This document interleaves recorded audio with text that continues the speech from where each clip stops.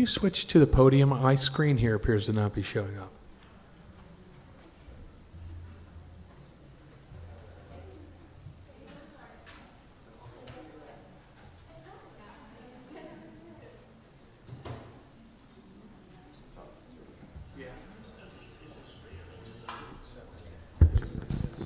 Yeah, that's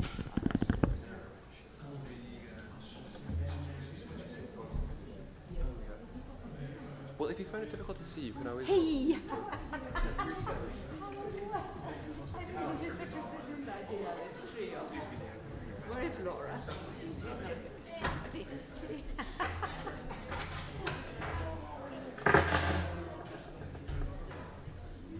So is there also just everything that you see on this screen, there is no thingy like that? we can get you a thing. But so you can either move forward or backward with No, these, I realize it. and we can also get you a quicker. The clicker just gives you a bit of less obligation. Okay. So you don't hit the wrong, I'll get it for you right now. But that would be great. Okay, sounds good. So Lauren is the boss, is that it? So Lauren, you sit in the middle. Whatever you do. I sit here. I sit on the left.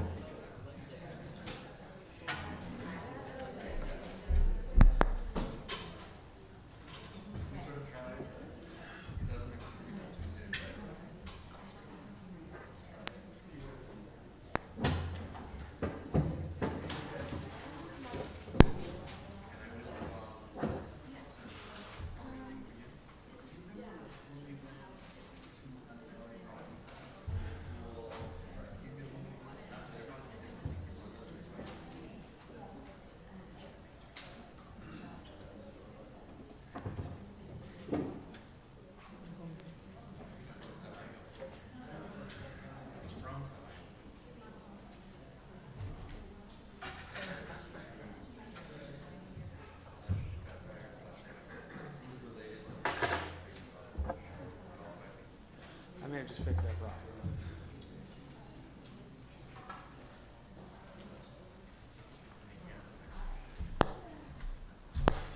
Hang on a second. This might be loud.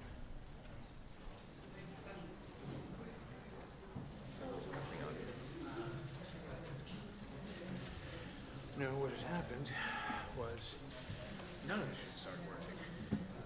Like, you know, so this isn't on, and that wasn't working because something had gotten.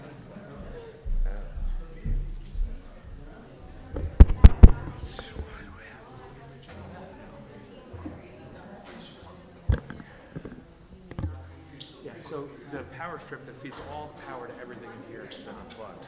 This isn't working. It was working before. Yeah, and now I got the touchscreen back on. We gotta find out what that should be back on.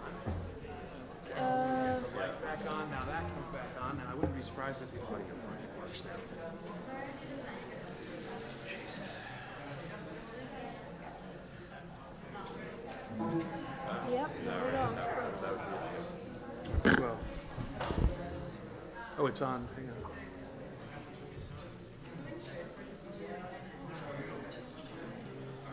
No, it's not because.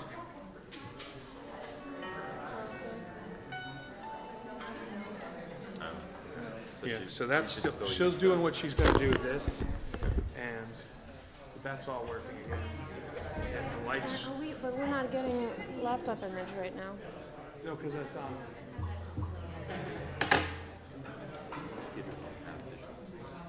Yeah, I saw hers is fine.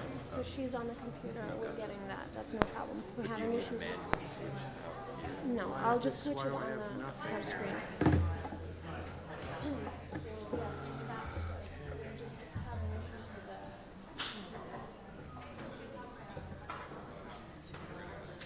Goes in.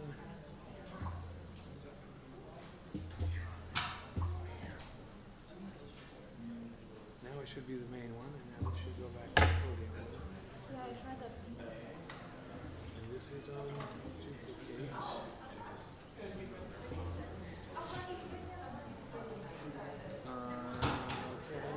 it thinks it's sending video up there.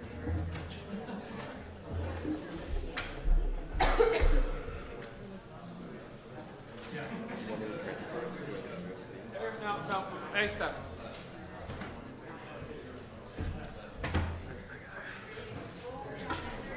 Good luck. The only person who knows how to fucking massage this room. All right.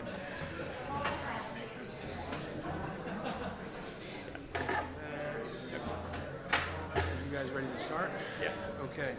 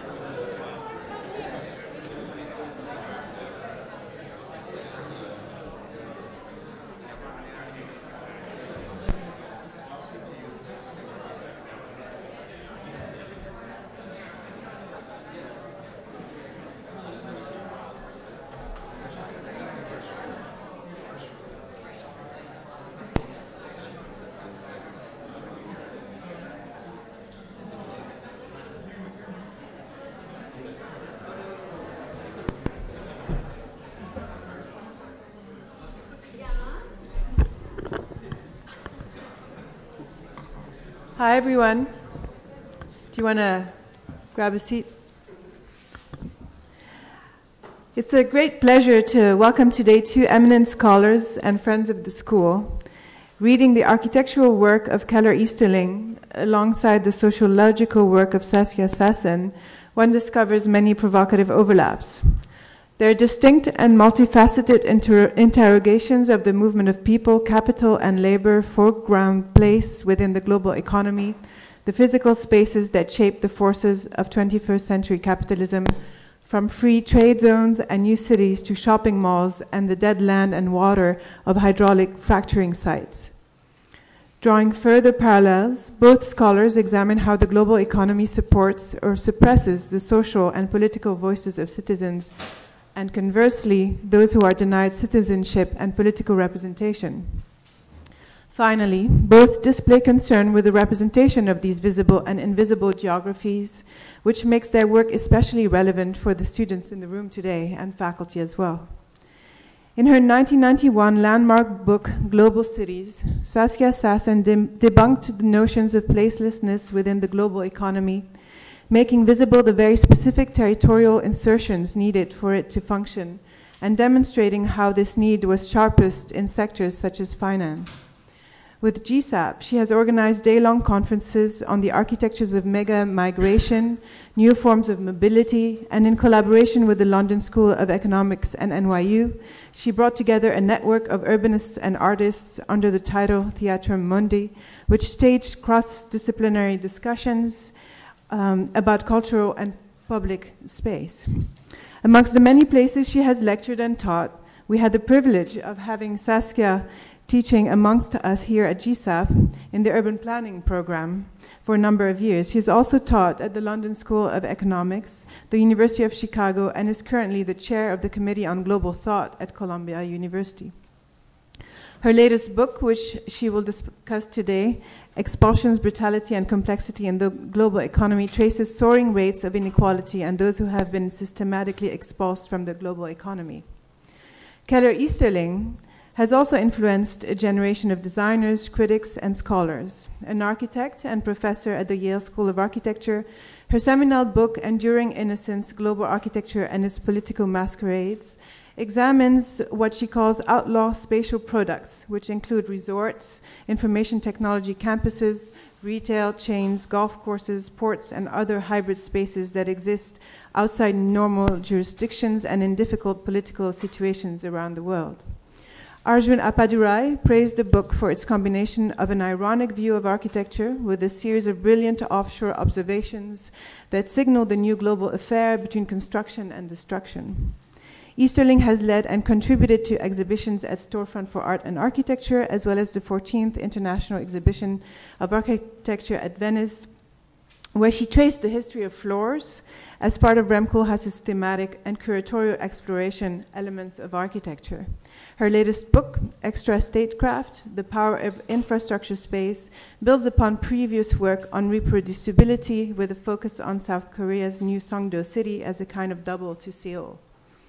We're also pleased to welcome our own Associate Professor of Architecture, Laura Kurgan, who will respond and converse with Keller and Saskia after their presentations. Just a few notes. In addition to overseeing the visual studies sequence at GSAPP, Laura is the director of the Spatial Information Design Lab. And amongst the lab's many relevant projects to today's discussion, I'd like to highlight Port to Port, which explores energy shipping routes around the world, as well as her book, Close Up at a Distance, Mapping Technology Politics, which explores many of the questions being discussed today through architectural and visual representation. But first, please welcome Saskia. Keller? Keller is speaking first. Oh. Okay. I speak first? I just have to find my glasses. I was absolutely not ready. Sorry. I didn't realize that. Is that okay, Saskia? Oh, yeah, absolutely. I just need a clock. The migrant in me is always ready. But you know, it takes a bit of doing. Let's see what we have here. All right. Well, let me say that this is it's an enormous pleasure to be here once again. I've spoken many times here. I even taught a class way, way back when. And just as a note, when I was in the Department of Urban Planning, a class that I invented that I called, I think, Space and Power. And it started as a seminar, and we wound up in this this auditorium, because there were people from all disciplines, from language, from law, from sociology, from architecture. The best were the architects. And I realized that one of the reasons I enjoyed being at GSAPP at the time is that I was struggling with the question of space. And, social scientists really don't know what to do with it. They flatten it into some sort of elementary something. And this was great for me, I must say. I really, and I see that the chair of our current planning department is here, so I have very good memories. And I think that the department is much better now, if I may say that. But I don't want to get into the politics of every place. Now, I thought I would have a slide on. See, I think that they all thought that it was... We just speak 1 minute, Saskia? Yeah, okay, because it was a mix, right? It was a change of order, right? So let me just start speaking. In this new effort, this book, every book for me is a project. It's not a book, really. It's a project. I struggle with a couple of issues. Is that me making that noise, or is that some system? Okay, it calmed down. And so basically, what I'm looking at is the multiplication of what I think of as systemic edges. The systemic edge I define as the site, the moment, when a familiar condition takes on extreme forms. And in that taking on extreme forms, it becomes invisible to our statistical and conceptual categories. So one of the issues that I work through in this text is this notion that materialities can be invisible. And I think, sort of little footnote here, I think we're basically theoretical when we see with these eyes. If we were not, we would go crazy. We would see everything. So there is actually built into in our quotidian condition the capacity to render through our way of seeing invisible the material. Now, in the book, I really focus on these extreme conditions, and I argue basically that we need to de-theorize. The current moment has its own specifics, its own particularities. It is not simply more of the same. Now, there is a big question in there that has to do with, if you want, how do complex systems change? And in my reading, my best book, which took me 10 years while I was at the University of Chicago, which is like entering a convent, I really, la monjita, I like to say in Spanish. The monjita is the little nun, and it's a very cute word. Nobody speaks Spanish here, I can tell, otherwise you would. Anyhow, so there I explored this question, and one outcome, and the reason to mention this book is that I did spend many, many years on it. One outcome of that research was that complex systems often change in ways that make it very difficult for the observer and the analyst and the social scientist to detect that radical change has happened. Why? Because existing capabilities shift, if you want, organizing logics. So we're still talking about the rule of law, critical element for the sovereignty of the national state. But it now takes on a completely different sort of operational zone of legitimating corporate logics, just to give you one example. So in many ways, what I'm arguing in this little book then is that there are these profound switches that are happening, but they're not necessarily evident, even when you're staring at them. You might just think it is more of the same. Now, to do what I do, I sort of have developed this notion that I need a bit of freedom, and that is a zone that I call before method. Now, I'm sure in architecture, some of you at least must have felt that when you deal with method, whatever the method, in your discipline, that it is a disciplining condition. Now, I cannot escape it, but what I can do, and this is a bit exposed, I must tell you, I've been doing it for 30 years, really, is to design it, to formalize this space before method. So one way of putting it is that and this little book is very emblematic of that I'm focusing, functioning, measuring, studying, interpreting, and theorizing the fuzzy edges of paradigmatic knowledge. In other words, it's not as simple as throwing out the paradigm, and I'm sure in architecture you must have a few paradigms, but it means engaging the interpolating, interrogating, and you can do that with certain practices. Now, so one issue for me is this question of what I call, again, analytic tactics. Doesn't it sound pretty? It sounds really pretty. But rather than me presenting myself as this sort of whatever, doing whatever I want, I say, no, there are a few analytic tactics. And so here are a few of them. And so one critical one for me is the need to actively destabilize stabilized meanings. Now, I'm dealing with complex meanings. Complex meanings, they can function rather well for a while. And then at some point, there are diminishing returns, so to speak, on their capacity to explain, to illuminate. So in that sense, actively destabilizing. Secondly, in the shadows, in the penumbra, if you want, of powerful explanation. So a powerful explanation is a collective production. It is something that we make over time. It has sort of managed to survive over time. I think of this period that starts in my reading about 30 years ago, in the late 80s, spreads to the world in the 1990s, is now fairly much established with disastrous consequences. I think of this period as being one that is unstable, and that those stabilized meanings have to be destabilized, and that we need to, as I say here, to go check out what don't I see when I invoke a very powerful category. When I say urbanization, what don't I see? Well, what I don't see are the land grabs that are massive, that are happening, that are pushing people into cities. I just don't see that. There are all kinds of things that I don't see. When I say the state, there are many profound transformations, including the fact that our executive branches of government see increasingly with the eye of corporate logics. They are aligned with the financial logic. This is not an issue. They just see that way, and et cetera, et cetera. Now, territory is what I'm working on right now. To me, it's a critical dimension.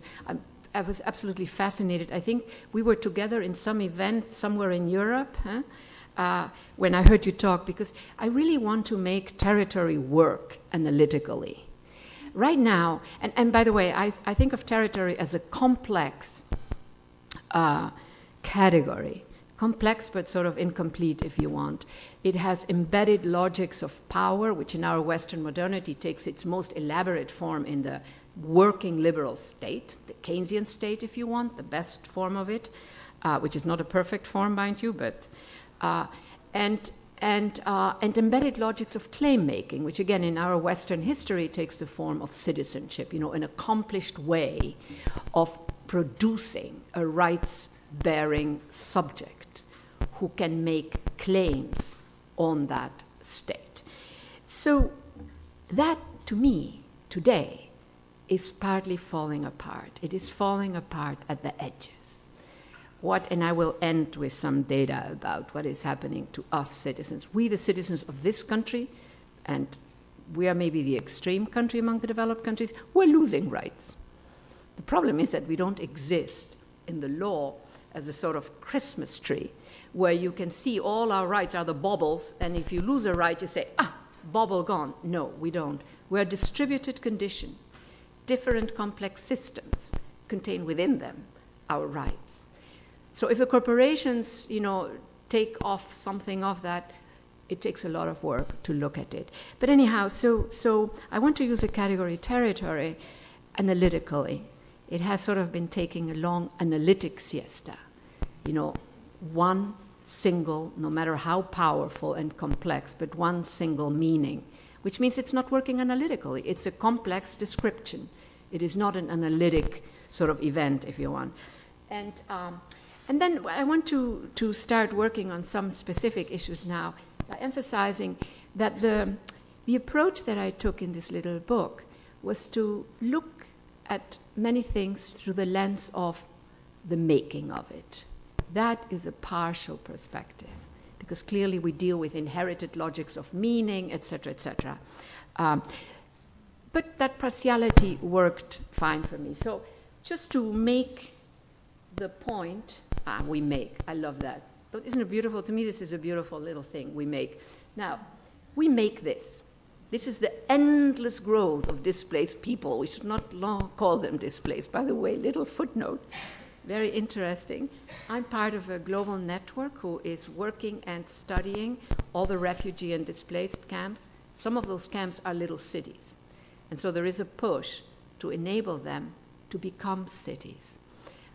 Whereas the bureaucracies, of course, of the United Nations basically do not want that because they lose control. But anyhow, that was a footnote, by the way, but an interesting one, no? So here is this sort of, we made that. That didn't fall from the sky. The we is clearly a bit of a rhetorical we. We made this. And I like to, you know what this is, right? The RLC, in 20 years, we managed to eliminate billions of cubic meters of water. Now, I stand back and I say, that is an accomplishment. I say it with irony, clearly, but actually I mean it. We made that. Here is a capability. Clearly, I'm not using capability a la Amartya Sen, right, where it is purely positive. I have deep trouble with the notion that capabilities are positive. So I try to make it into a variable. So this is clearly a negative capability. But what I want to capture here is the fact that we made it. We made this. This is a capability we made. The big question is, what are the other capabilities we could make, that would go in a positive direction? We made this, another major accomplishment. What we're talking about, which includes also, of course, the melting of the permafrost, which will produce, as you all know, a methane of a strength that we have never experienced. This is catastrophic. We have not quite gotten there, but that's going to be happening insofar as the permafrost has melted. So these are all, extraordinary sort of... now let me move very quickly because I am already talking too much. So one way of organizing the diverse... What is that noise? Am I producing that noise? No. One way of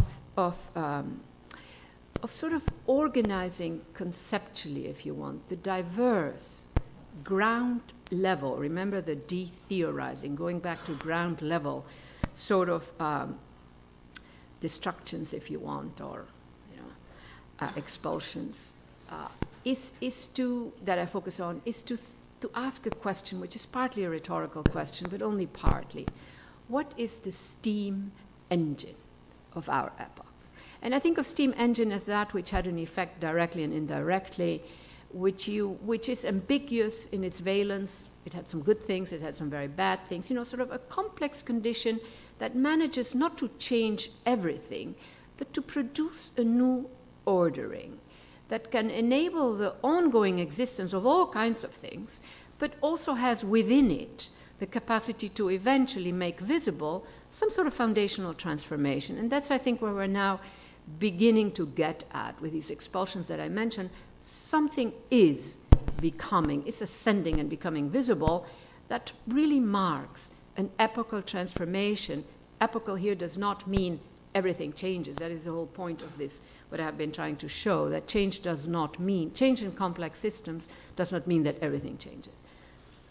And so one way of thinking also what is in and what is out. Out there then comes the expulsions. Now, when I ask this question, most people tend to think, they tell me afterwards, that the answer is, of course, information technologies. They could be. They are foundational. But I would rather see them as infrastructure. Now, I realize I'm talking, somebody sitting here in front who has dealt a lot with infrastructure. It is my way of thinking about infrastructure. Sort of necessary. If I try to define infrastructure, when I define whether it is city or infrastructure, I need to remove myself sufficiently from the object that I've lost it, because then I can rediscover it. So I think of infrastructure as something that is necessary but indeterminate. Clearly, it's not the only thing. But thinking of infrastructure that way means that infrastructure can take on enormously variable valences because it is indeterminate. So you can use tracks, train tracks, to carry food for the poor or to carry bombs, right? Whatever. That's a very simple example. Now, instead of information technologies, I argue that it is finance. And finance as capability. Finance is not banking.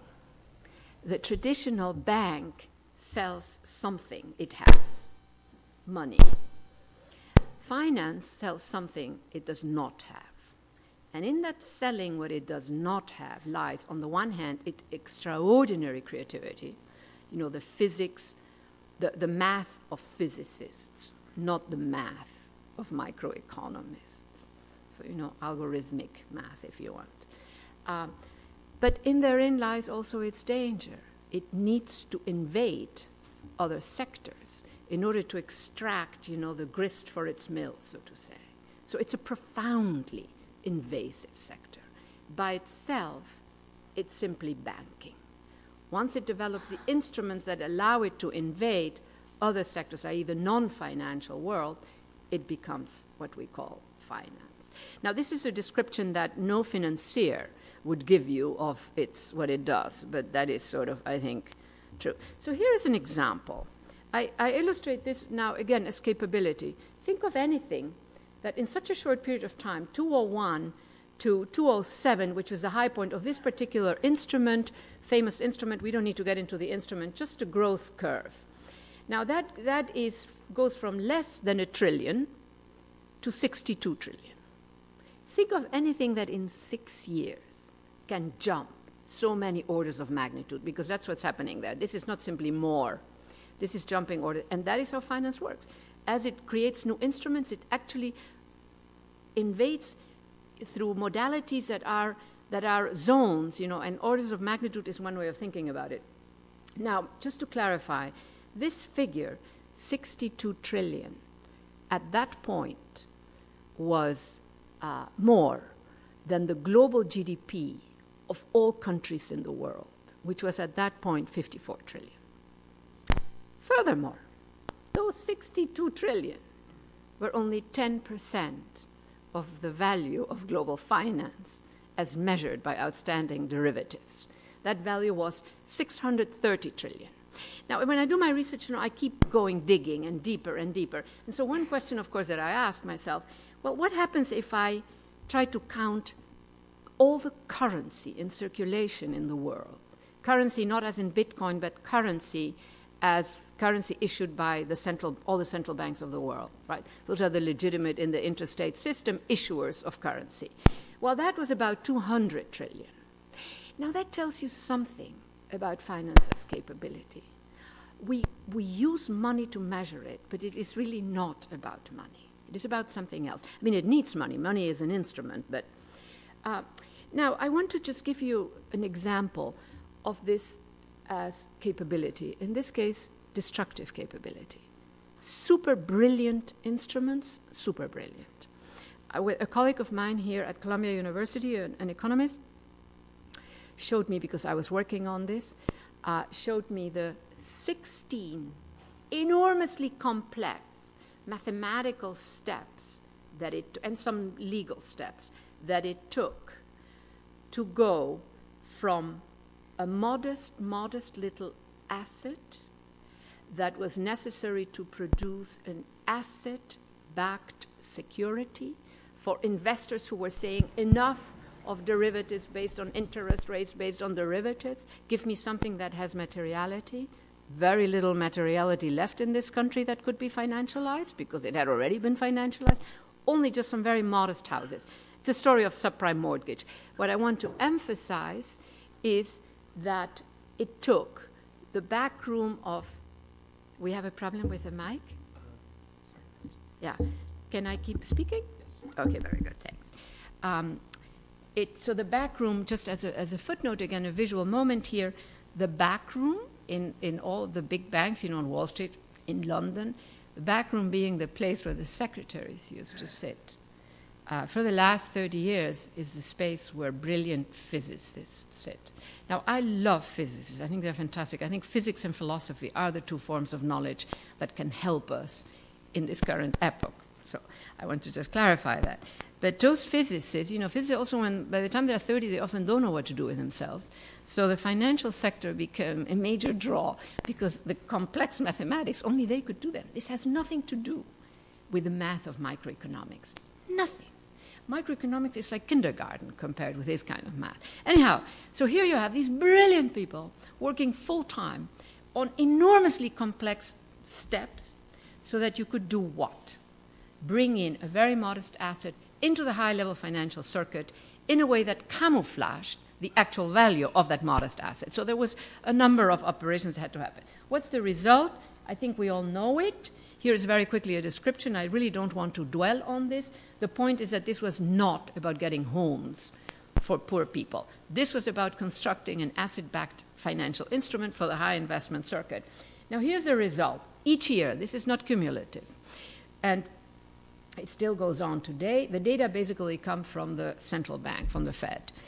When Bernanke left the Fed, he said, among other things, he said a lot of things, but one of the things he said, and the subprime mortgage, this instrument, by the way, is now illegal, okay, because it was truly an abuse.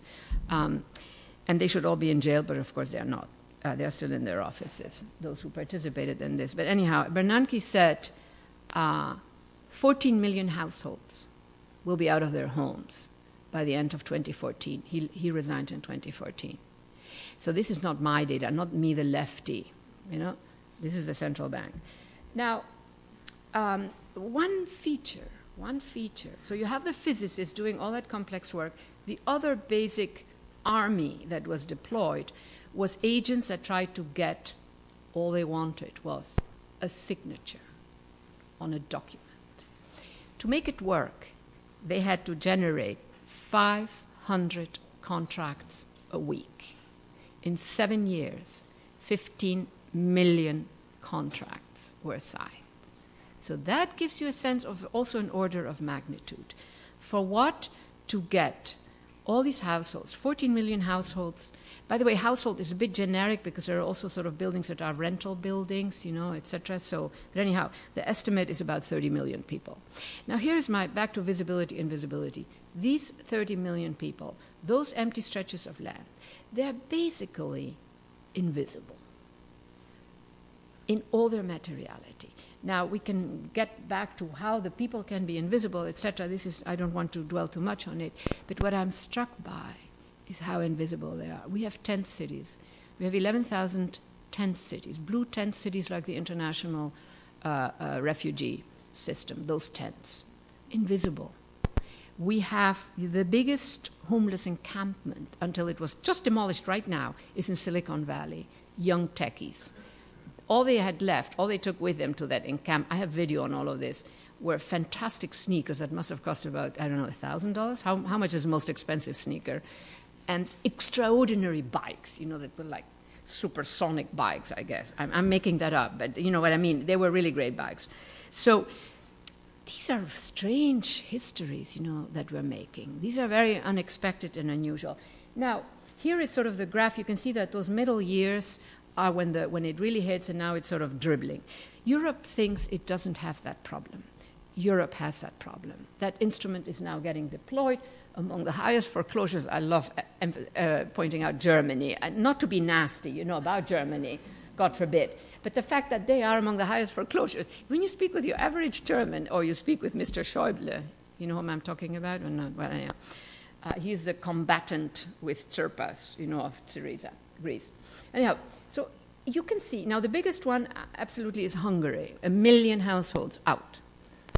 Because the instrument is designed to use something, to use those people, to use their signature. And then after that, they're out. And it's also happening in what we might think of as nice countries. I'm from the Netherlands. The Netherlands today is a bit less nice than it was. I mean the social aspect, the social contract. Now, the outcome of this is urban land. And now I'm going to take you through a particular track, because you're architects, etc. I thought this might be interesting. And that is a question of urban space. And I'm talking now about urban land. And one issue is, how do you access urban land?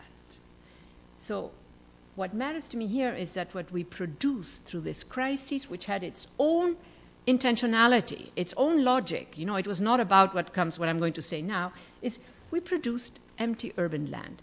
Now here's the other one. Here's another mutation. This, I'm working with, I don't know if any of you know this data set. I'm working with a data set of 100 cities that are the key recipients of corporate investment. Each investment, this is annual, this is the last year, mid-13 to mid-14, 55 billion, New York is tops. You can see these are vast amounts, that's 1 year. Basically, there are three things happening. They're buying properties and transforming them. They're buying properties and sort of whatever, hanging on to them, to maybe even live in them, very rarely. And they're buying properties just to store money. There is an excess of, now it's simply money at the top. They don't know where to put it. Now, these are just the top 10. What I want to emphasize here is that the minimum investment is 5 million. Now, for instance, you know the Chinese corporation that just bought Atlantic Yards, right? We know that, very large stretch of land. They are not counted here because that is site development. So this is just, we're not talking about that kind of. Huh? Now, how do you buy urban land? I mean, they don't say that they're buying urban land. I say that they're buying urban land. How do you buy urban land? You buy it via buildings. It just looks proper. I mean, most buildings in a city are privately owned. This is different. And sort of one little quick image, they become mega projects typically. When they build up, a mega project eliminates urban tissue. Little streets, little squares, the messiness, you know. And here, let me stand back a minute and again go back to this question, what is a city? Why does it matter? And so, is an office park extreme density a city? No. It's a privately controlled space. A city is a very different kind of animal. And let's remember that all big firms, all empires, all governments have seen ends. Finished, gone, no longer exist. Cities have outlived all of that. So if I want to remove myself enough from the notion of city to get at something, to rediscover city and not confuse it with density, I say a city, I mean, this is just very shorthand here, a city is a complex but incomplete system. And in those features, that mixity of complexity and incompleteness, we know that those without power, to mention an extreme actor, those without power also get to make a history, an economy, a culture. Think of immigrants, you know, poor immigrants. They make a culture, they make an economy in their neighborhoods.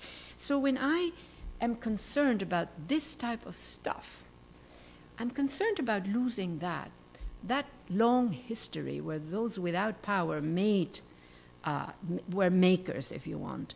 In an office park, the powerless are not going to make a history. They have to check in, check out, etc.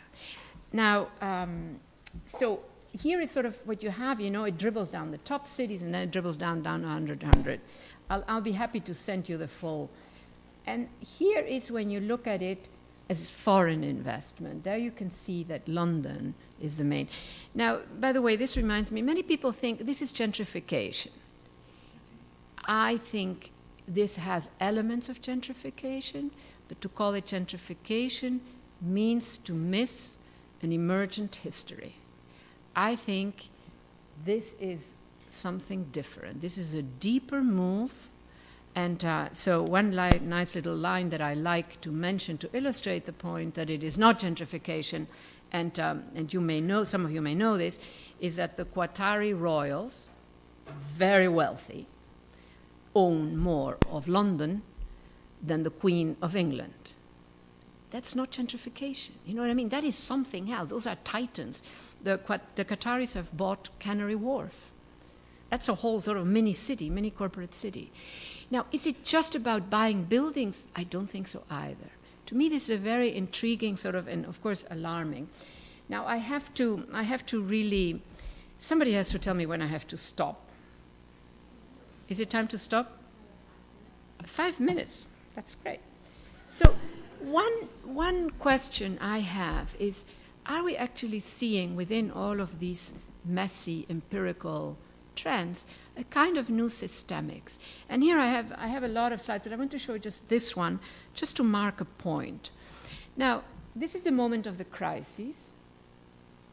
And what I want to juxtapose, the interlocutor for me here, is what the IMF, the European Central Bank, and Mr. Schäuble, the key person for the German government, say about Greece. That Greece is not doing it right, that Greece is this, that Greece should be like the other European countries. Just a very short version of a very complicated argument that takes me about 30 pages, in the book. I argue that this shows the possibility of a new systemics that affects all, including Germany. They all went down. And then, look, they haven't done so well. So to isolate Greece, the problem of Greece are the oligarchs, to put it in shorthand. We don't need to elaborate on that now. And Germany, you know why Germany rises so impressively? Not because of its austerity politics.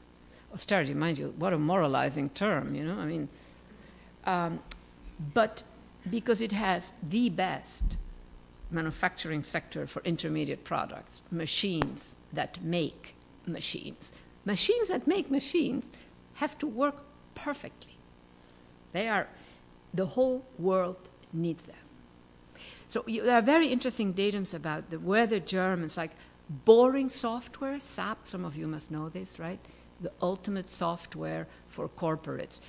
Most people have never heard of that. That's definitely not Google Zone or whatever. So the Germans have this particular niche where high precision and where you need 100% security, dependability actually, is critical. Now, this is another part of the new systemics. So look at this. We don't need to bother with all of this. There was no zero here. It's because of billions, okay? There's a lot of stuff happening here. But it grows, and then it grows. Then we have the crises, which for them last about 2 hours. I exaggerate, by the way. I realize you might not see the joke here. No, it was about 2 years, all right? And then it goes up. And what I want to emphasize, it goes up. And if you trace it more, it goes up more than before. Now we know on the one hand, massive losses, the households that I mentioned, all kinds of other things destroyed. And then so the notion of a new systemics, a divergent condition, this one is even better. This is corporate assets. The United States is always the extreme case and hence good to illustrate stuff with. But, this is a trend also in Europe, by the way. So here you see, here it lasts about half an hour, the crises, and then more than before. And that is where we are at. So as I said already in passing, there is a vast amount of capital that does not know where to go right now because finance needs something that it can financialize, and there's not much left. They have done used car loans, they've done student loans, they've done a lot of stuff. So which is a very interesting, from somebody who looks at the matter the way I do, our states are getting poorer. This is another way of putting it, ratio of 1% wealth to median wealth. Look at this. After the crises, it goes higher and higher. So we're dealing with divergence. Now I want to end, I'm not going to do this. This is the whole bit about shadow of urbanization, land grabs, etc. I'm not going to do that. More land grabbing is going to take place because much land is being killed. This is the part of the book that I enjoyed the most, dead land. I mean, I'm a nice, happy person, but it's a very tragic story. Dead land, dead water is that chapter. I'm so glad you mentioned that. So here you see that the land is hot. The Midwest, the breadbasket of the world, as they call themselves modestly, it still looks green on the surface because we have really extraordinarily well-designed fertilizers. But the earth, the last few years, has gotten hotter and hotter. It's dying. And then suddenly, it will be dead. So anyhow, here are all the zones. You see the United States, North America, prime thing where agricultural production is under severe threat. They're struggling, but it's not going to happen. And, okay. So more dead land, more need for urban space, strategic space. I'm now going to be very, very fast. I want to just think about the city as a strategic space. I alluded already to something, complex but incomplete system, which enables the powerless to make a history. oops. How many of you have seen this map? Okay, so this is a great map. It's in the public domain, by the way, though we owe, of course, the information, you know, to people like Mr. Snowden, whom I really respect and admire. And these are 10,000 buildings, more or less, mostly private, which do full-time data gathering. You can barely call it surveillance. There is a lot to be said, 1 million plus top secret clearance. If your best algorithm builder is an Indonesian mathematician, she's up there, very international, very nice. That sense, very, very nice, very international. I say it with a bit of irony. The question is the logic of this system. So the logic is that for our security, we the citizens, and I mean it in quotation marks because that is how it is protected, we the citizens. It includes, of course, tourists and whoever is in the territory. But anyhow, for our security, we the citizens first have to be suspect. That's the logic of that system. I stand back and I ask myself, who really benefits from that? Well, the tech companies certainly benefit. I mean, there's a huge operation. It's very expansive. They'll never get to analyze all the data. So then I ask myself, God, all this data, you know, if you've been 2 days in the United States, you're in that data set. The irony is that the way it works, the second feature is that when they find somebody outside of this data set, like in a subway or whatever, who is suspect, then they move into that data set to see the connections. So here is sort of a final little, it's like a little folie with which I end. And that is a crowded city, think New York, many of its parts, crowded cafes. If you check, you know, on your computer the networks, you get about 30 networks, that it could scramble up all the data gathering.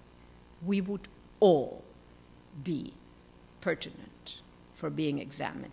I mean it in an ironic way. I don't mean it as danger, okay? That's not what I'm getting at.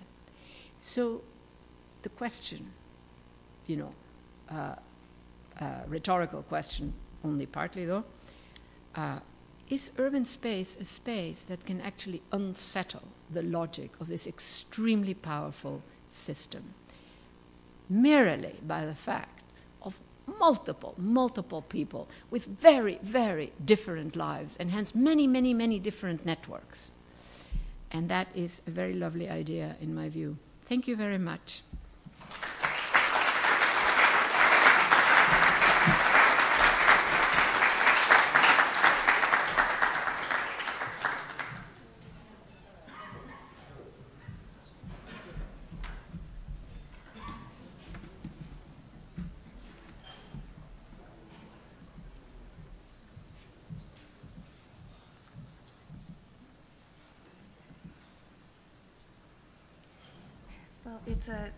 Can you hear me? It's a great honor to be here in dialogue with Saskia Sassen. And I think I hope there are many ways in which Extrastatecraft, Enduring Innocence sort of pull up alongside Expulsions and Territory Authority Rights, which is another book of Saskia Sassen's, which if you haven't read, you must. Pull up alongside those books to offer some spatial vehicles for the ideas that are already in progress in those important works. And it's exciting also for me to think about what work might be done in the wide world through a combination of the evidence from books like Saskia's and our books. Sort of a third thing that's more than the sum of the parts. So while some of my books that I've done have in some ways focused on reportage, but Extrastatecraft really hopes to be an adventure in thinking, to sort of rehearse for design and for people who are not designers, a habit of mind about productively leveraging the power of spatial variables in global politics. So I'm trying to pick up right where you left off. I mean, the Extrastatecraft works in some ways on unfocusing eyes to see not only buildings with shapes and outlines, but also the infrastructural sort of matrix space in which those buildings are suspended. And by infrastructure, I don't mean pipes and wires hidden under the ground, but something like a spatial operating system for shaping the city. And that operating system is coded with laws and econometrics and informatics and global standards and formulas for making spatial products. You know this well. It's a sort of cartoon of skyscrapers and turning radii and malls and resorts and franchises and golf courses and airports and ports and lounges and free zones and all of that sort of presses into view. It looks the same whether it's in Texas or Taiwan, and it's all telling emotional stories about Arnold Palmer golf or Beard Papa cream puffs. This is, as you know, Inner Mongolia. And some of the most, what I'm arguing is that some of the most radical changes to the globalizing world are being written in the language of this matrix space, and that it has become in some ways a de facto medium of polity.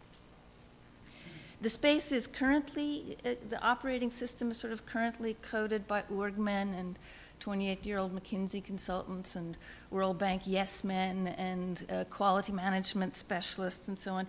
And in some ways it is powerful enough to be the secret weapon of some of the most powerful people on Earth. Sometimes I wonder, even if it's a secret, though, best kept from those of us who are trained to make space.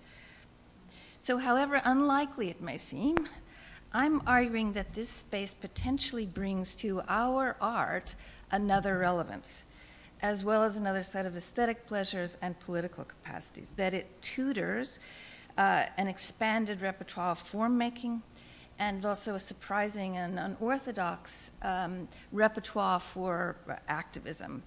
And all of that sort of latent in large organization and underexploited in governance. And for many of the most interesting thinkers in both the arts and the sciences who are looking for a more complex context in which to challenge some of their master narratives or methodologies, and that would be, clearly among them Saskia Sassen, to those people I'm kind of hoping modestly to offer infrastructure space as a sort of fresh testbed of evidence. So along those lines, one of the dominant spatial softwares that's currently circulating in the global operating system, one that I think over and over again serves as evidence of some of the ideas that Saskia Sassen advances, is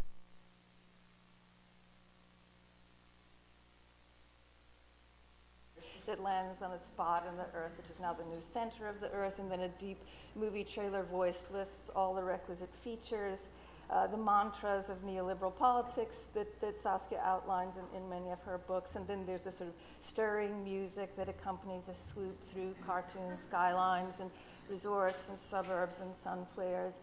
The zone is a relatively dumb enclave form, and nobody really even knows why we use it, except that it delivers a form of incentivized urbanism to which we have become addicted. It's the world's most popular and contagious world city paradigm. But as a software, it's kind of MS-DOS. But what I'm interested in is sort of the wild mutations of this form over the last 30 years. So interesting that you talk about this 30 years.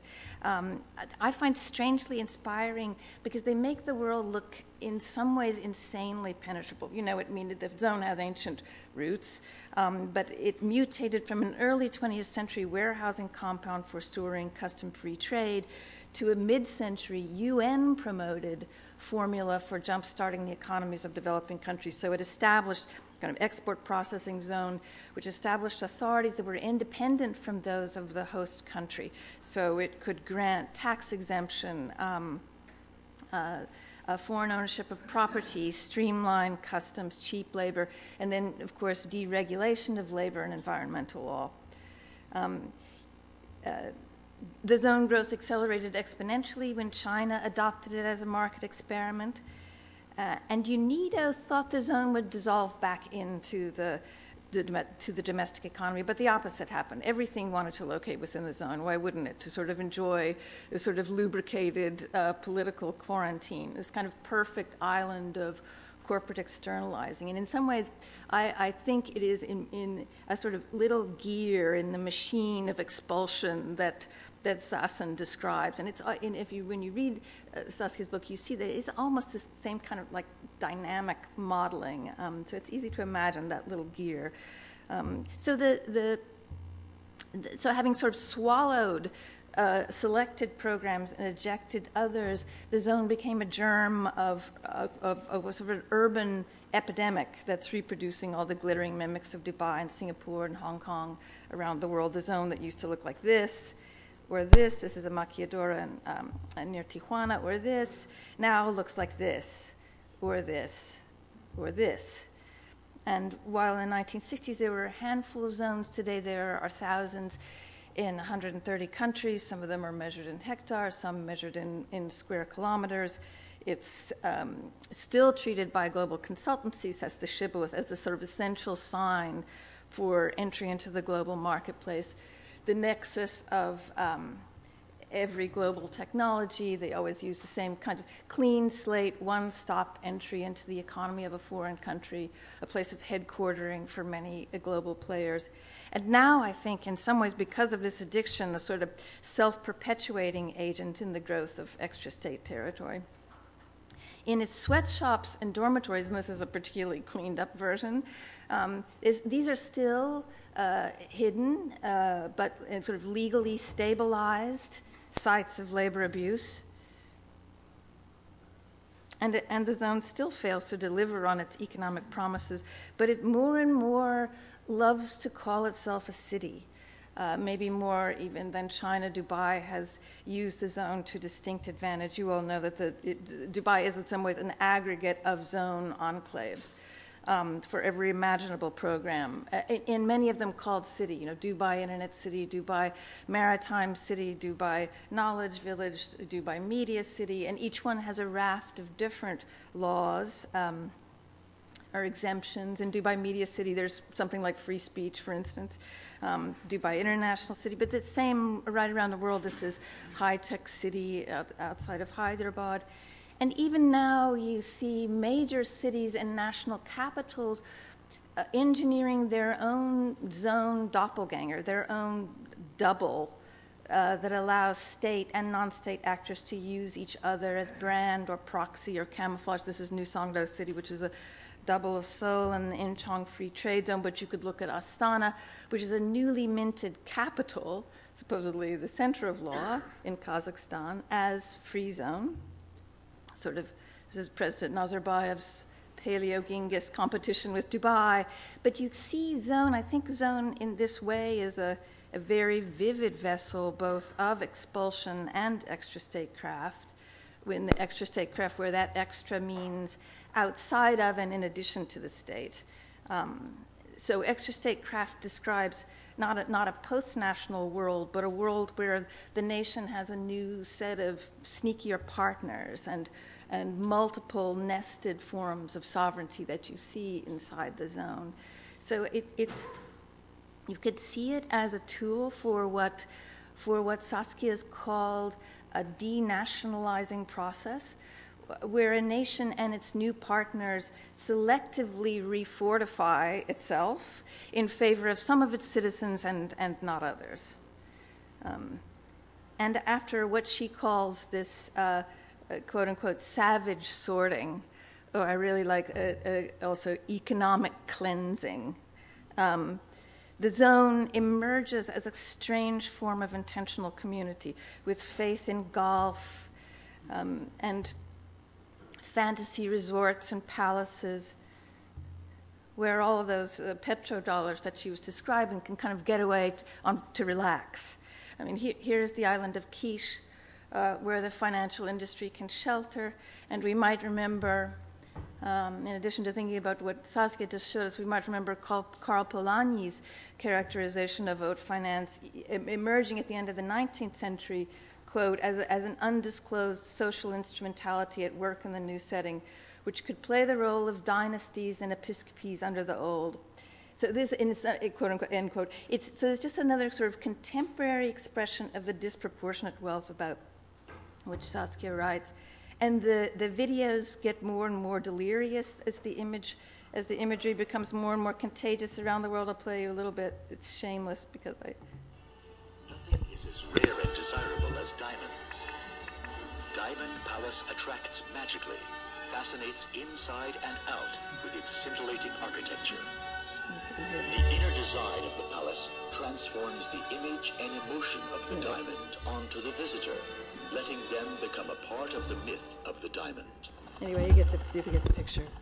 But the organizational and political logic of the zone is often, as in that video, portrayed in terms of luxury, openness, relaxation, freedom. But as it maintains autonomous control over a closed loop of only compatible circumstances, the zone embodies what's inherently a violent, isomorphic disposition. There's an enormous amount of information pulled down in these environments to remain information poor, and a kind of information paradox, a kind of what I've called a special stupidity that's a common tool of power. And it's the place where people speak a kind of Esperanto of standards like ISO quality, management ease, or other forms of soft law.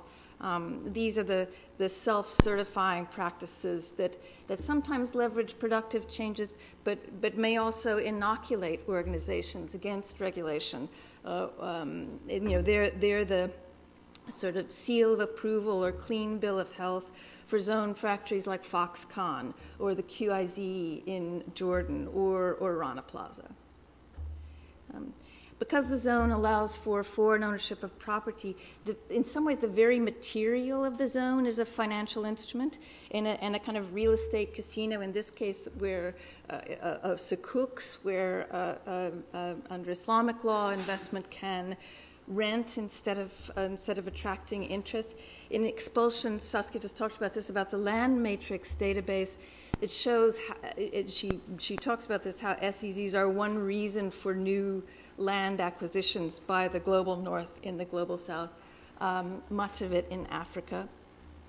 And even illustrating another segment of Expulsions, the zone is also that factory which is churning out the plastic that's floating in the great oceanic gyres of garbage and drawing on rare earth that Saskia was talking about when she talks about those dead places in the earth.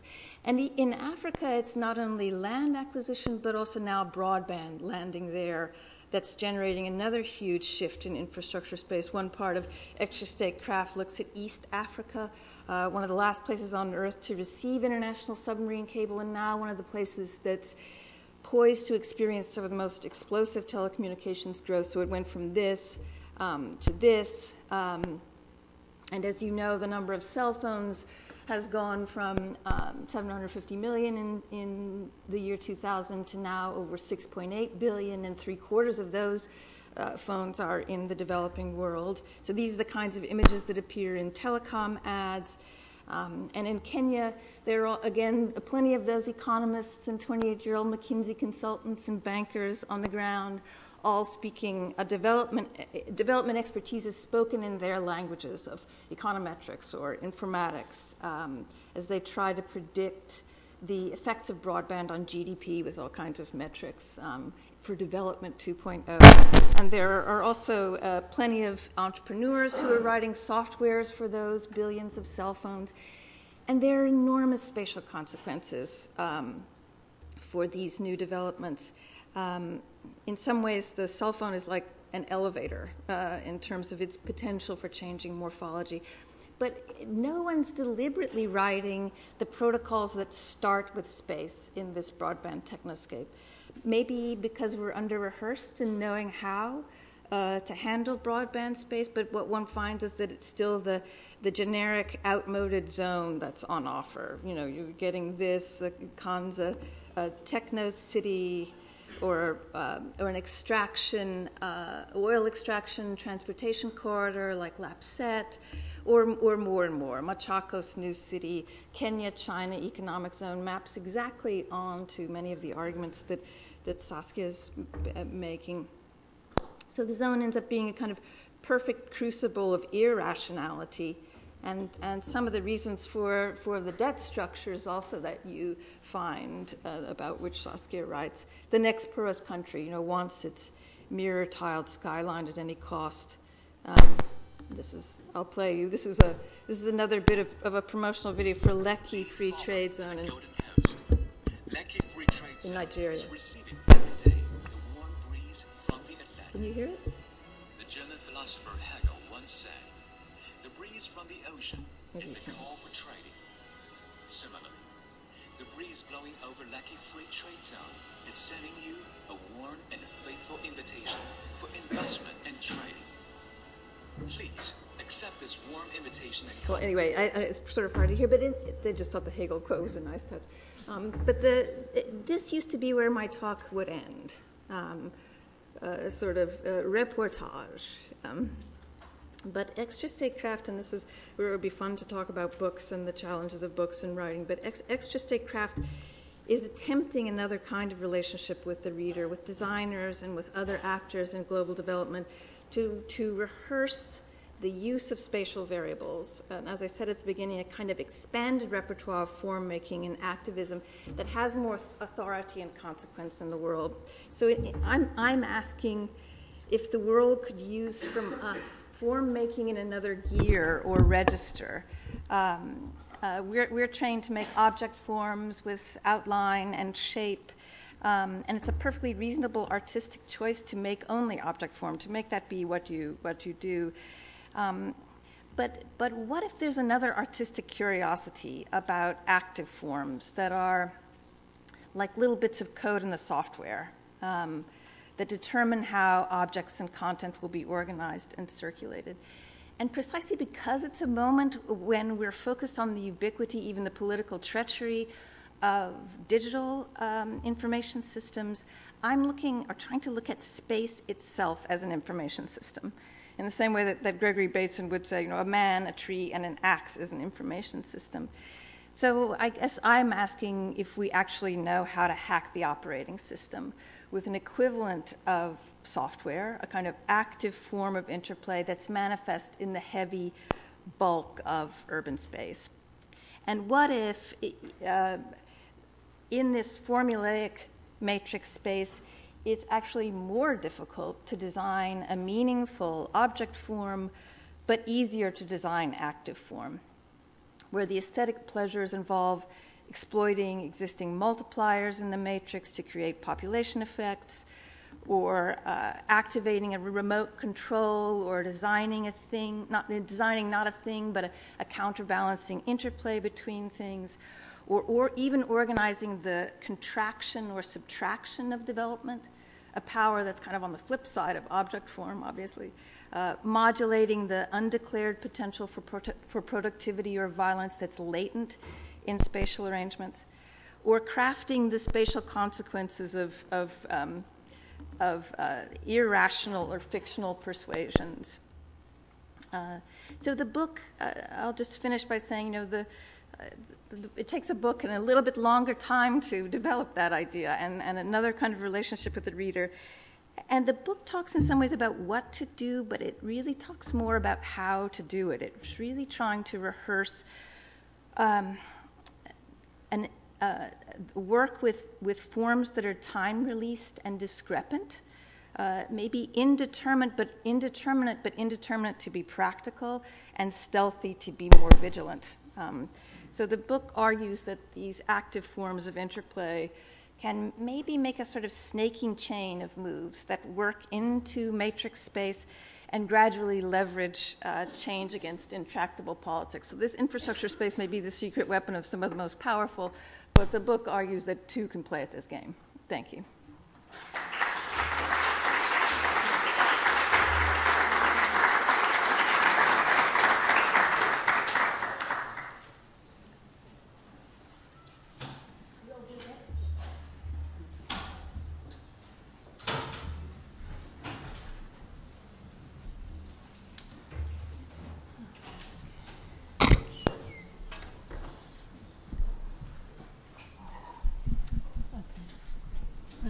really great lectures, yeah.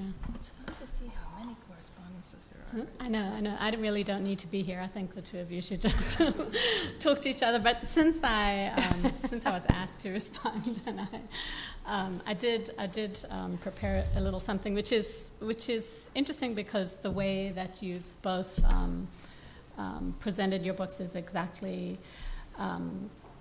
the way I kind of framed it. That Keller's book is in some ways a response to a lot of the things that you've brought up in Expulsions. But before we go there, I just want to say that I think the terms that I might have picked out from the books might be more personal to the kinds of work that I do myself. But it's interesting to me when people give talks about their books, they leave out the very words that you think are the most important ones. So it's a question of time. It's always a question of time. I still adore all those terms. But it's just no time.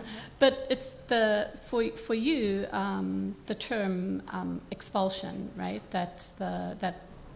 And I love how you always call your books little books. Every single book ever I've seen you give a presentation, and they all add up to one huge, great book. But this little book is about from the economic, social, and biospheric reasons why people, money, and things are moving around the world, right? And you've used the word expelled rather than voluntarily move. So the literature that I'm used to reading about these particular topics are the distinction between refugees who are forced to move and the rest of the world, which is doing all these things voluntarily.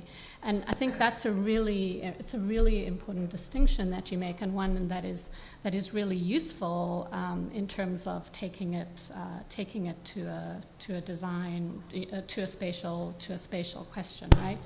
So, and then when you talk about methods and you say you want to go from empirical research, you bringing it back down to the ground, de-theorize. But at the same time, you're saying that our tools are out of date, right? So the very tools and the instruments that you're using to make these claims are saying out of date. And so then what becomes invisible to me is actually, it's not invisible in the world, it's invisible in data. And I think that because of these modes of expulsion, this is why these things become invisible in one realm, but refugee camps, slums, these things are all very visible, but you can't count. They're very hard to count, and so they're very hard to put into your graphs. And so anyway, this is something I'd actually like to talk to you about in the future, because I think that there's a lot of ways that you can make pictures with about invisibility. So that's the and you also then end your book with a question, right? And it's a provocative question, what are the spaces of the expelled? They're invisible to standard, right? They're invisible to standard measures. But I think if our students over here read your book, they'll actually be provoked to try and describe those spaces of the expelled. So moving along to Keller, I think it's such a great combination, these two particular books. But and I told Keller just before, as I came in, I've seen her give a lot of the lectures, which are the chapters of this book. But for me, the last chapter of her book really does take it into a new dimension, and this whole question of knowing how rather is more important than knowing what, right? And then you introduce, and I think it's really relevant to Saskia's work, this new kind of activism, which indeterminate and all the words that you used, which you might learn from pirates and prisoners and hackers and comedians, right? So these are people which, in Keller's words, would see infrastructure space not as a defeat, but as an opportunity, right? The big question you ask at the end of your book is, why kill the giant when it can be put to work and when it's great size, like a multiplier, can amplify that work, right? So then to bring the two things, to bring the two books together, you're both talking about physical spaces, but you're also talking about how algorithms are governing the world in a new way. And, I think Keller would call it a spatial protocol, whereas you very directly call it an algorithm. And I think that's where the conversation between the two of you would be really productive in trying to understand what those algorithms or spatial protocols are in information space and how they have an impact on physical space. And I think you would answer that question in very different ways. So maybe that's how. Is that question direct? Is that a direct enough question?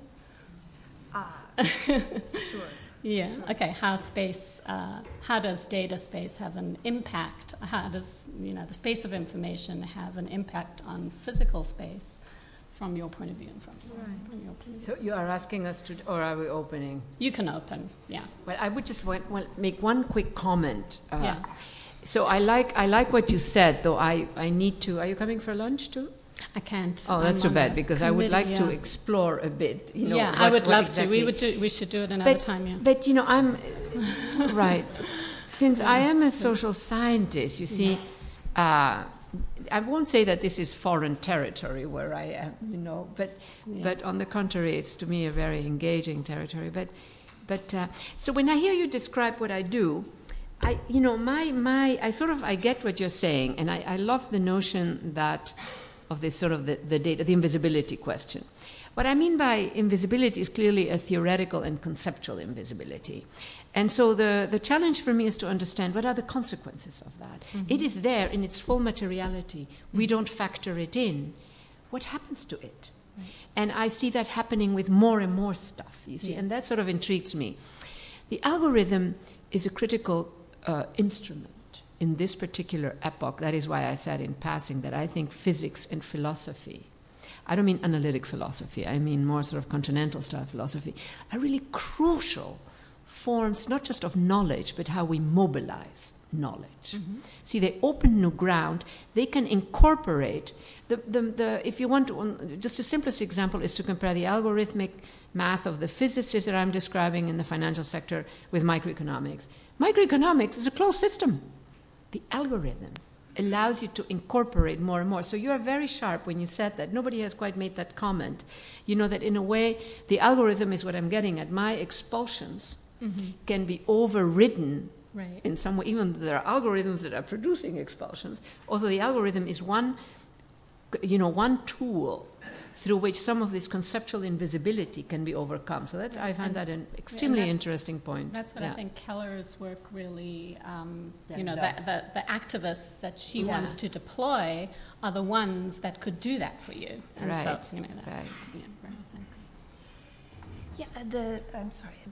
that's, the spatial products that I've long been writing about are, they're not exactly algorithms, but they are formulas, they are recipes, they're interdependencies, and they are written in the language of space, and it seems to me that we could say that we're not interested in them. That we're really just interested in another set of. In our usual set of aesthetic pleasures. And I think that would be a completely reasonable artistic choice. But if there is some curiosity about learning to hack those formulas, then it would seem to me to give us an enormous, seem to amplify our power enormously. So for me, to answer your question, Laura, there is information in data and in information systems, but I'm also trying to foreground the information that is embedded in space itself, in the bulky physical stuff, in relationships, and to try to kind of tune our eyes to be able to see the politics, the polity, the violence or productivity that's latent in them. Yeah. Whether they're isomorphic or whether they're binary, whether they, and how to kind of generate little machines of interplay within them.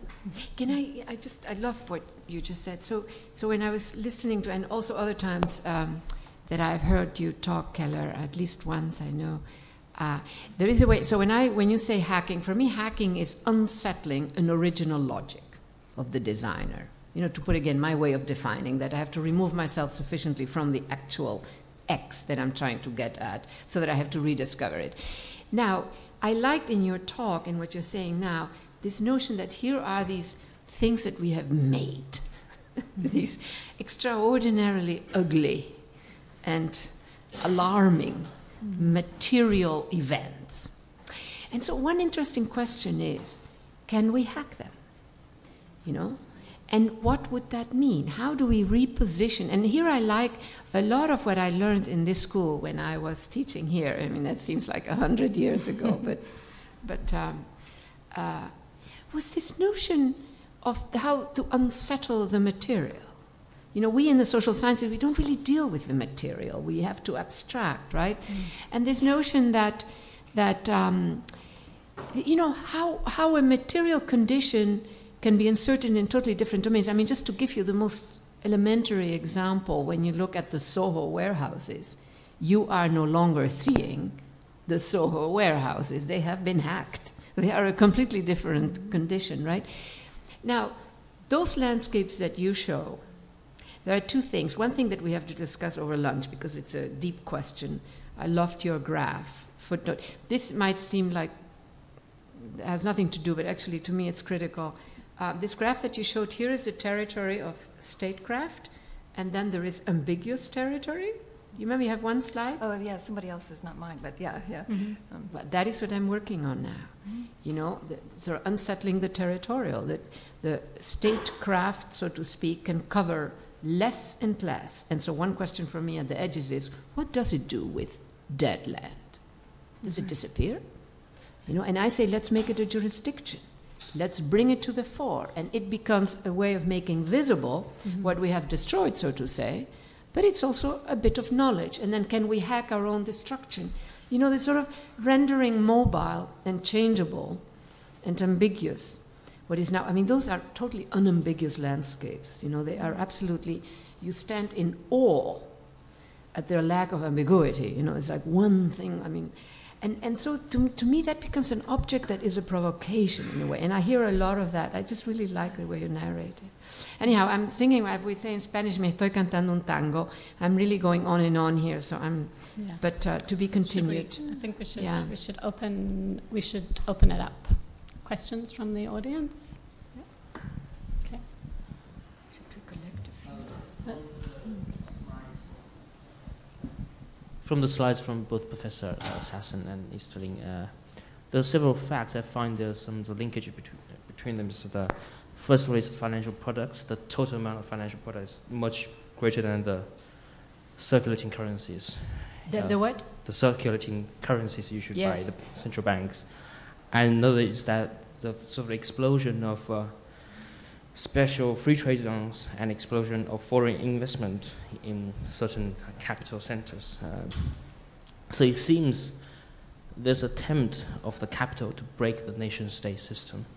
There's at least that they're trying to challenge the national boundaries. Right. And therefore, the consequence, I think, I want to ask you that, does that mean that, because nation-state is a system that's based on a geographic distribution of context. So the context is determined spatially, geographically. Interesting, yeah. Well, now this globalized capital system is creating contexts that have much more affiliation towards each other for their similarities in financial system and informational system. So geographically, they could be very far away from each other, but the similarity is much closer to their neighboring cities. So I wonder what's that sort of implication of that? Yeah. Can I give a quick answer? Because this is a complicated question. So you're raising a very important point. Let me just give you a couple of very brief images. So what I see happening in the world, this comes back to the territory bit also, is the making of new geographies of centrality. that cut across all divides, east, west, north, south. So part of the Chinese financial system, only part, is part of that geography of centrality. It's exactly the same as what we might find in New York, only that what it grabs and financializes is different. There are all these specialized differences that I've spoken about. Now, those geographies of centrality are, some people use the language of imperialism. I find that an invitation today not to think, But to invoke that familiar term, the old empires of the 1800s, the 1700s, Britain wanted the whole of Africa. Spain wanted the whole of Latin America, etc., etc. Today, that is not the project. Today, these countries, there are about 15 countries that are active buyers of land, and it's also happening in Europe, by the way.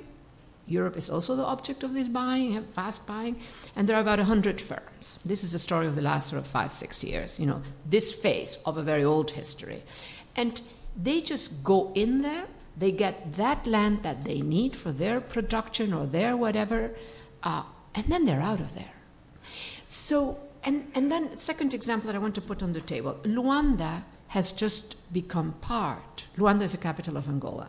Angola is defined as one of the poorest countries in the world, except that it has an incredibly rich elite, a predatory elite. I say that in the book. I put all my cards on the table.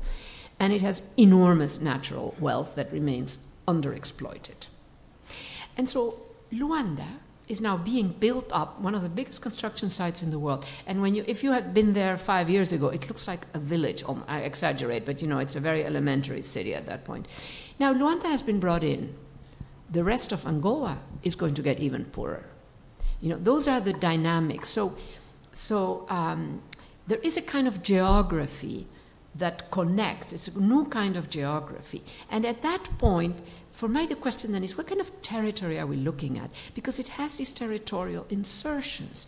It needs also land as opposed to territory, whether it's for mining, for growing, etc. So I see the need to really disentangle this notion of national sovereign territory. It's like a blinder at this point. So for me, the globality is partly also constituted that way.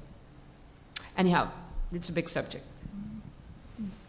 Right, and one's always dealing with these sort of nested sovereignties, with sovereignty inside of another sovereignty, as was in that diagram. Actually, there was a picture of a Chinese ghost city of Luanda. It was one of the second or third outside of Luanda was one of the second or third slides that I was showing. I think back on when Saskia in the 90s. I don't know when you were.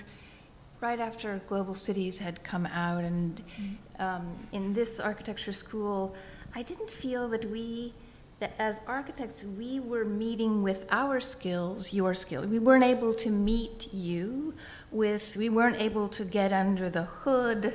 That's why I left. I'm making a joke.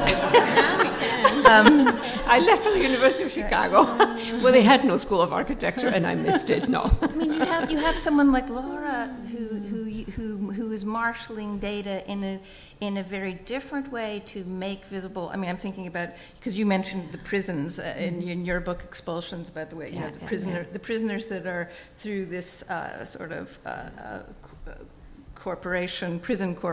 prison industry in the United States are made invisible. And Laura's work, with the prison project was to make it visible, to pull it back in reverse. And now I think it is. There's nothing exotic about working with these spatial variables. There are practical ways of doing it. It is a different aesthetic, but it is a set of aesthetic pleasures that are something that could be quite powerful for us. Any other questions? Thanks, Keller. Hi. To go back to the question of finance, Saskia, you mentioned that information technology or IT can be seen as a system of infrastructure. In a similar manner, we can look at finance also as a tool, which means that abstracting from what it is doing today, which is privatizing gain and socializing costs, we can also think about the potential of inverting that relation and using finance as a means of socializing gain and maybe not privatizing. Absolutely. So and similarly, I think, when you went to the second part of your presentation in terms of the place of big cities within that system, obviously their great vulnerability is also what makes them super powerful. So it means that if there is going to be a massive ideological shift, it will happen in those points of tension between this incredible vulnerability, but also this latent power. So it would be really interesting to hear more how you think within that direction. Right. And sorry, Keller, that kind of seems to speak to the idea of active form, if I understand it correctly, which is an intervention at a systemic level that transforms the existing logic towards something new. And perhaps I'm reading that into your work. So could you please just tell me whether that's what you mean with active form, or whether that's something different? Well, the book works quite practically to address the idea of what do I mean by active form. And again, nothing exotic about it. You could call it many different names. And in some ways we work with it all the time. But it's working perhaps with things that are multipliers. It's working with things that are remote controls in an organization. And with large organizations like this, and in some ways all the spaces that we look at are part of large organizations. There's no way now to say that there's very few things which we can say, oh, this is a discrete object or a discrete area. So it's looking at ways in which, as I feel like I'm in some ways repeating myself, but it's looking at ways in which one can build interdependencies between things. So, for instance, with the zone, one very simple hack of the idea is simply to map some selected incentives to which the world has become addicted back onto existing cities instead of ex-urban greenfield, ex-urban enclaves, and find ways in which they are linked in interdependence with some other part of the city. I mean, it's urbanism 101, but it's a way of really leveraging not only the information in digital information systems, but again the information in the city. You could so in some if it was Nairobi, you're bringing those incentives, that business into Nairobi, but you're placing it in interdependence. In many ways, just like Dubai grew because of offsets. They took their oil and gas money, and if you invested with oil and gas money, you had to invest in fish farming, desalination, tourism, and so on. So it's trying to. So if for us as architects, we wouldn't be going to Nairobi and saying, "Here's our master plan. Here's our self-congratulatory master plan for Nairobi. Now we're done." The work would be to with all of our spatial skills in making objects and in making relationships, generate linkages. So not identifying things, but identifying the interplay between things. And you'd have to have like sort of 100 examples to rehearse that idea. It's not something, again, where you can know that. You can't know that to borrow from Gilbert Ryle. You can know how to work at active form. You have to discover. Yeah. So I like the way you put it. So number one, I have long argued that finance as capability makes capital at scales and orders of magnitude that are not easily reached. On the other hand, I have a long list of all the things that we need done.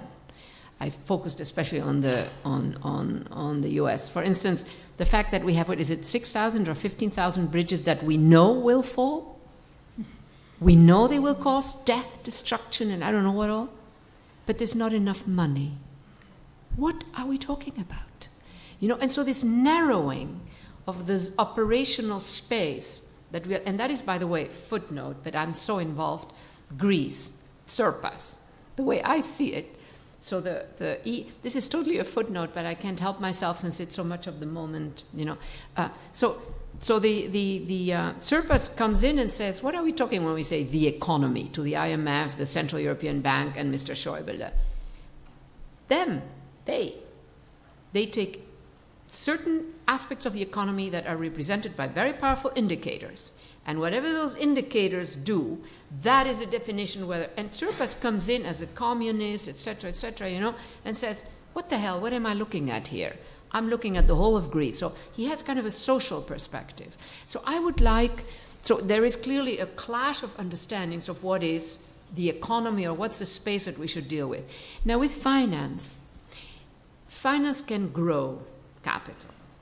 We need to bring it down and materialize it into social housing, green transport systems. If we could do that. Now, when I think about today, all that money, they don't know where to go because they have exhausted all their possibilities. This seems to me a strategic moment where how about, but you know what, we will need strong leadership, we will need knowledge on the part of our politicians. Our politicians don't do their homework, not on telecoms, not on finance, so we have a real problem. But I think what the point that you raise is critical, and it is one that I have raised often, and it would be like hacking finance, right, and all its capital. Now the other thing, what was the other, you mentioned something else. The second half was the city. So, I mean, I think that this private appropriation, transforming, you know, urban tissue into mega projects, that is really a negative. And it is a negative in a powerful sense. I'm not talking visual orders. I am talking politics in the very profound sense of the word. You know, as again, my little phrase is, a city is a place where the powerless can be makers of a history, a culture, and economics. They cannot in a corporate setup. I don't know what we can do. I don't know, with all this stuff that is happening, this data set that I'm working with, it's terrifying. The fact that Atlantic Yards, where artists had moved in, little, you know, crafts, shops, it's a total mix. It's truly an urban space that's going to be completely erased to put 14 huge luxury apartment towers. You know, how do you intervene there? Except if there is some truly, I mean, we really need, talking about assemblages, new assemblages of actors. You know, the mayors, the national government, citizens, informed citizens, activists, architects, whatever. But we are really confronting, you know, what I described, I'm backtracking now, with finance is a set of destructions that are now completed. It's an achievement, as I say, right? Now we're confronting a different kind of thing. And I don't know, you know, how we can handle this. But this is only growing. And anyhow, there is much to be said. Right. Thanks for the question. I mean, this conversation makes me think about abandonment. I mean, it's possible to think that what you just described, well, since the capital is so fluid, you know, we would just forget about it. Yeah. You know, which means all those bridges can collapse because we'll just write the whole lot off. We couldn't care less what happens to these people. Those are the spaces of the expelled that I'm intrigued by. Yeah, I mean, you can see the writings on the wall. If these people were rebel, we put them down with the utmost violence. Yeah. I mean, I'm talking about the United States. It never seems to be any doubt whatsoever that if there was a rebellion in this country, it would be answered with the utmost violence, you know. Yeah. And it would be the end of the myth, of course, of the American dream and democracy. It would be a kind of very harsh reality. Yeah. But I was thinking, you know, about hacking and thinking also about Nairobi, for example, you know, where, you know, Islamic violence is some kind of answer. It's not exactly hacking, but, you know, it is destroying, like statecraft, for example, is being undermined by this gratuitous violence, you know. And I think that the sobering thing is that, you know, that Goldman Sachs can gamble on this game and still make a lot of money out of nothing, while we can't repair the bridges because we don't have the political will or the systems to do it. Exactly. And you know, you have this feeling that these guys on the top of the pyramid will abandon the whole lot. We could care less what happens. But they do that. These new geographies, you know, these specialized geographies, they don't care anymore. It's really a different form of imperialism from the past. I'm just agreeing with what you're saying. Yeah. Yeah. It's fun. I don't know if we have, but it's also fun to see in cities like the Rust Belt cities and all across America where the collapse is so complete That's so spectacular that buildings that had been trafficked mortgage products kind of return back to a gravitational field. They become buildings again. The mold grows in the pool. They are now, as they are abandoned by banks, traded in something like a parallel market where the market is a market of spatial variables in land banks and things like that. So what you're trading is actually space. And there's something about that fascinates me. And that's interesting, you know, Keller. I think that's something that is happening in these voids. Now, Detroit is, of course, exhibit number 1 here. That has become so interesting. And part of the story of Detroit is, of course, when East Germany gets corporatized, East Berlin, some of the artists begin to go to Detroit because it's like East Berlin after the wall falls down, all these semi-abandoned spaces. And now, evidently, there are corporates who are beginning to buy because they have sort of rebuilt, you know, on the backs of hard work and really people with courage and imagination, you know, those two. You don't find them in all humans. Mm-hmm. And now the risk that it then gets to re-enter the corporate circuit, that's this capacity for capture. Right. That, I mean, it's just extraordinary. But it's also that interrelationship between, you know, the financial markets in some ways used to be independent of the physical, so the mortgage, I think the mortgage crisis was really a complete transformation where those derivatives, you know, that speculation got linked to physical things in such a physical way, right? Because it used to be that you could say electronic space, they moved independently of one another, and occasionally there was an intersection. Now you don't know which is the dominant space, and they're so embedded. Right? Can I say something about both of your work that I want to bring up? So I love the way both of you create a space of observation, at least for the observers in the audience, let's say, that breaks down boundaries, you know. And when I first encountered Laura, I was curating a show. I dropped that part of my life eventually, but at the Museum of Contemporary Art. And we had a lot of the typical installation art and, I don't know, performance art. And then I saw her work. And I said, this blows my mind, because it's sort of this digital work that you were doing, that, remember, had the failures of all the computers and all that was part of the story too. But it's my first show ever. You just broke down. That was your first. Was my first didn't show. Realize that. Yeah. Anyhow, you broke it purely down on a text, no images. Yes, I love that. Yeah. You see, I love that. But you broke down the edges, and I see that completely. You break down, Keller, conceptual edges, you know. It's really quite interesting the way you reposition a lot of that stuff, and don't just leave it in a space of ridicule, because some of it is truly preposterous, some of those. But you actually make us engage it and look at it as something else also potentially. You know, I'm thinking again of the possibility of hacking some of that. Yeah, I talk too much. Okay. Are we coming to me? Yeah? Okay.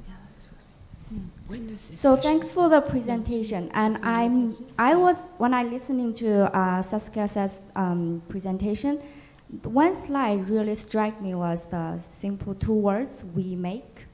So I kept thinking, who are we here? And I think this has this profound concept and meaning, and each of us can interpret it differently. So my question is here, like, you know, we are talking about changes. Some changes are small and incremental, and cumulatively, then it's gonna have a huge impact. And some changes are really big, like this special economic zone and these new cities and new towns development in Dubai and China. So I think the people who can make these changes, big changes, are these who really have access to information, access to technology, or access to political power. So I want to hear from both of you, how do you interpret this we, and who are we, and who can make these changes that can lead to significant impact? Thank you. I have a quick answer. Well, I suppose I think that I put a lot of faith in the we being kind of a whole set of irrational social desires. So I actually don't hold aloft some idea of some kind of cast iron logic of law or market. I mean, I wish we had gotten sort of a dose of Gabriel Taut at the same time that we got a dose of Marx. That we put a lot of faith in the absurdities that become contagious. I mean, the free zone. What could be stranger than that, and what could have changed faster than that for completely irrational reasons. So that's the sort of, it's exactly that gives me hope that there's a way to make all kinds of things contagious in the world. Well, for me, it comes a bit out of things that are internal to the social sciences, where we are speaking too much in the language of a function of. So it's like a very elementary, pragmatic move for me. It's a provocation. And that is why the we isn't, but I want to emphasize. Secondly, and intersecting with that, in some of the political writings that I do, I say that we have to become makers because we've become consumers. And I say that about our politicians too. They consume whatever So it's sort of a political statement for me. So I say, for instance, the middle classes have really become consumers. I ask myself the question: who today in our societies, and I mean sort of Western rich societies, because when you go to villages in Africa, everybody's a maker there. But I say, who are the makers in our society? Say the United States. There are two. Elites. Elites are made. They don't fall ready-made, from the sky. They're made. And it's different from simply rich people. An elite is a powerful agent and an agency, if you want. And the other one is the very poor. Like immigrant communities are very poor. They have to be makers to survive. The broadest stratum today in our societies consumes their notion of citizenship, and I say citizenship is work. Citizenship has to be constituted. It's not just something, you wear a hat or a stamp on your forehead, I'm a citizen. And so I'm really interested, especially for political reasons, to recapture this notion. And so I'm also see Tsirpas and Podemos in Spain. I am assuming everybody knows, right? Podemos comes out of the Occupy movement, and it looks like they can win the national election, which is amazing. And I always said, they were criticized, the Occupy movements, for not aligning with the political party. I said, no, this is a movement that recovers the capacity to make the social. To occupy is hard work. I don't know if any of you participated in occupying. It's very different from going on a march or a manifestation on a beautiful weekend, beautiful weather weekend, which is a joyous expression of something. No, occupy really is hard work. And I look at them and I say they learned how to make the social. And I think that Podemos in Spain captures that very, very well. They have a sense of the social. Same thing with Tsirpas. Tsirpas comes from a different angle, the Communist Party, etc. But he then joins this Occupy movement that was very powerful. So for me, this notion of making has many particularities in it, and it is a kind of a bit of a provocation. What do you mean we make? Sort of. Okay. Take one last question. Yeah.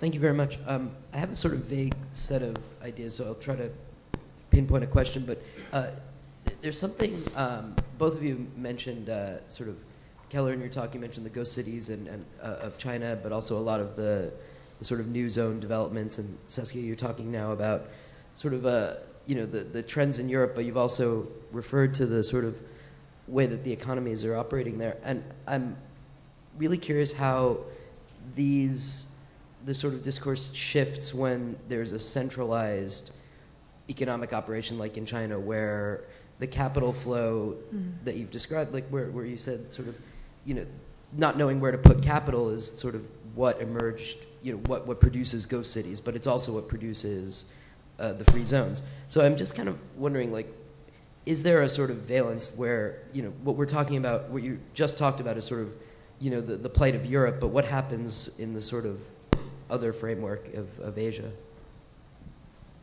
Shall I just go? Well, I sit on several boards in China, city boards like Shanghai and Wuhan, etc., and I'm horrified at how they proceed with everything, so I'm about to resign. But I'm also a member of, they've made me honorary members of several academies, the Academy of the Sciences in Beijing, the Academy of Social Sciences in Shanghai, etc. So I have an insider view. And in the academies, you get incredibly smart, critical analyses. I'm just stunned, the freedom of speech that they have, because the academies in China are very prestigious zones, and whereas in the actual urban space, have anybody recently seen Wuhan? It's like a jungle of high-rise buildings, It's just, I've never seen something that awful, because there's no old tissue, so there's not even the, So my take of China, which I've been I'm not a China expert, but I've been going to China since 1978. In other words, that was an interesting time, That was way before. And I think that I actually have more respect for China, its leadership, with all the problems, than for India, where I'm horrified at a kind of poverty. The Chinese government has a kind of a motherhood complex, in my view. They do want to sort of take care of everything, for good or for bad. With that comes all. So I am less of a critic of China than probably somebody like you might think. That doesn't mean that I don't object to a lot of stuff. We know that the prisons are a horror there. So I see right now the current premier as somebody who's actually trying to address some of these issues. I see the board in Shanghai recognizing, and they have said, we are never again doing a Shanghai. Now, in the meantime, they have enabled Wuhan. But I see a kind of a sobriety sometimes that I really respect. I have just given you my most positive set of experiences. But I put them on the table just to counterbalance, all the negatives that we're all familiar with. So I see a slightly different trajectory, even though the built environment is an extreme version of the worst that we have done in the West. The Europeans are much better than the Chinese in that sense, right? But there's sort of an extreme case of Wuhan, to me, is the most extreme, because it's all been done in the last 7 years. It is monstrous. You cannot believe that city. I've never seen a jungle like that. Shanghai is not even that bad. But since you asked it, well, anyhow, I gave you my answer. This is the most positive I can say, but I do want to put that positive on the table. Yeah, it's a huge question. I have, obviously, for the purpose of this book, used the zone as a little bit of an index to just sort of assay the differences between dispositions in government, and it's very interesting to see the zone travel to something that is already a kingdom, and then something that has been a totalitarian regime. It's very interesting to see how they adopt it. And also, because infrastructure, because I'm also looking at the organizations that construct infrastructure, which are gigantic organizations, often not public organizations, and that have very close ties to authority and government. So Huawei and ZTE are they're very aggressive, and now I'm trying to sort of look at sort of Russian-Chinese collaborations as well. I think there's a lot to find there.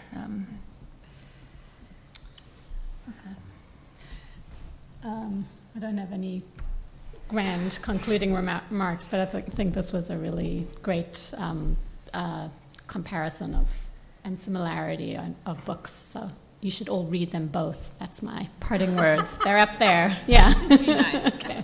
Yeah, definitely. Thank you.